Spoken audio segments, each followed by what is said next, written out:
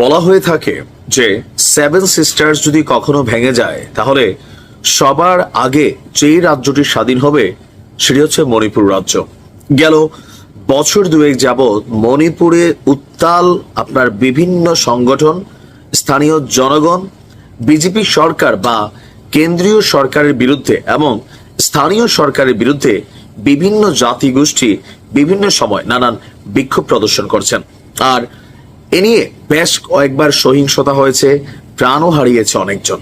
কিন্তু আজকে যে অবস্থা মণিপুরে, আপনার ভাবা যায় যে সেখানে ইন্টারনেট বন্ধ, কারফিউ জারি, 5 জনের বেশি লোক একত্রিত হতে দিচ্ছে না, থানাতে হামলা, পুলিশকে হত্যা, নানান ধরনের ঘটনা এই মুহূর্তে মণিপুরে ঘটছে। দর্শক, আবারও উত্তাল ভারতের উত্তর পূর্বাঞ্চলীয় মণিপুর রাজ্য। একাধিক গণমাধ্যম বলছে যে গতকালকে বিকেলের পর থেকেই রাজ্যটির পরিস্থিতি অস্বাভাবিকভাবে উত্তপ্ত হয়েছে। বিক্ষোভকারীদের সঙ্গে পুলিশের সংঘর্ষে অশান্ত মণিপুরের রাজধানী ইম্ফল। পরিস্থিতি নিয়ন্ত্রণে মণিপুরের বেশ কয়েকটি জেলায় সরকারের নির্দেশনায় ইন্টারনেট বন্ধ করে দেওয়া হয়েছে। সেই সঙ্গে বিষ্ণুপুর জেলায় কারফিউ জারি করা হয়েছে। ভারতের শক্তিশালী গণমাধ্যম হিন্দুস্তান টাইমস এবং টাইমস অফ ইন্ডিয়া বলছে মণিপুর রাজ্যের ইম্ফল পূর্ব, ইম্ফল পশ্চিম, থৌবল, কাকচিং এর মতন জেলাগুলোতে জমায়েত নিষিদ্ধ করেছে সরকার। মণিপুর পুলিশ প্রশাসন 5 জন বা তার বেশি লোকের জমায়েতকেও নিষেধাজ্ঞা জারি করেছে। পরিস্থিতি বেগতিক দেখে মণিপুরের পুলিশ কমিশনার এবং স্বরাষ্ট্র সচিব রাজ্যের পরিস্থিতি সম্পর্কে আপনার গণমাধ্যমে বিবৃতি দিয়েছেন। বলা হচ্ছে যে মণিপুরের ইম্ফল পূর্ব, ইম্ফল পশ্চিম, থৌবল, কাকচিং এবং বিষ্ণুপুর জেলাগুলোর বর্তমান আইন শৃঙ্খলা পরিস্থিতি আপনার খুবই খারাপ। কিছু ব্যক্তি উদ্দেশ্য প্রণোদিত ভাবে জনগণের আবেগকে উস্কে দেওয়ার চেষ্টা করছেন।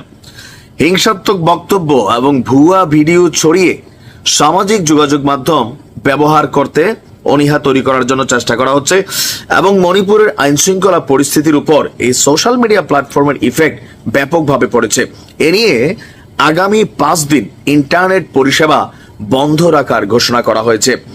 ভারতীয় গণমাধ্যম আনন্দবাজার বলছে নতুন করে পরিস্থিতি খারাপ হওয়ার সূত্রপাত ঘটে আরামবাই ট্যাঙ্গুল সহ মেইতেই গোষ্ঠীর 5 জনকে গ্রেপ্তারের ইস্যু নিয়ে।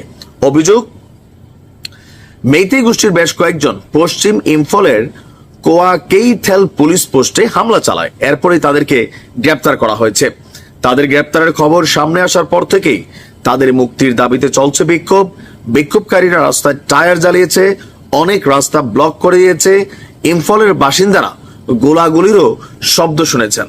এমনকি বিক্ষোভকারীদের ছত্রভঙ্গ করতে পুলিশ কয়েক রাউন্ড গুলি চালিয়েছে। আর পরিস্থিতিকে যেন আরো বিগড়ে না যায় সেজন্য সেনাবাহিনীরও সহযোগিতা নেওয়া হচ্ছে। এনডিটিভি বলছে আরামবাই ট্যাঙ্গুলের প্রধান নেতা কানন সিং এর মুক্তির দাবিতে একদল যুবক নিজের শরীরে পেট্রোল ঢেলেছে।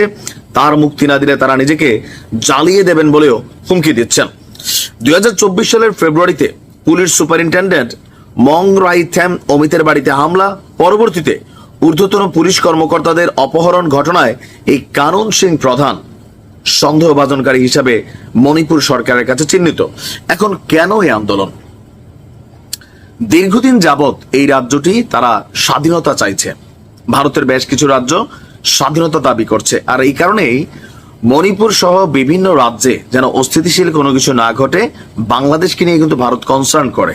কারণ মণিপুর রাজ্যের বেশ কয়েকজন যারা নির্বাসিত নেতা আছে, ভারতের বক্তব্য পার্বত্য চট্টগ্রামের বিভিন্ন জায়গায় তারা আশ্রয় নিয়েছে এবং তাদেরকে বিভিন্ন গোষ্ঠী বিভিন্নভাবে সহযোগিতা করছে যেন মণিপুরকে অশান্ত করা যায়, যার কারণে ভারত কনসার্ন করছে। তবে ভারতের এই মুহূর্তে বিজেপি সরকারের বিভিন্ন নীতি তার জনগণকে সেপারেশন করছে, বিভক্ত করছে, এমনকি বিভিন্ন রাজ্যে এই স্বাধীনতার ডাক উঠেছে, যেমনটা পাকিস্তানে বেলুচিস্তানে চলছে। দেখা যাক কি হয়। ভালো থাকুন।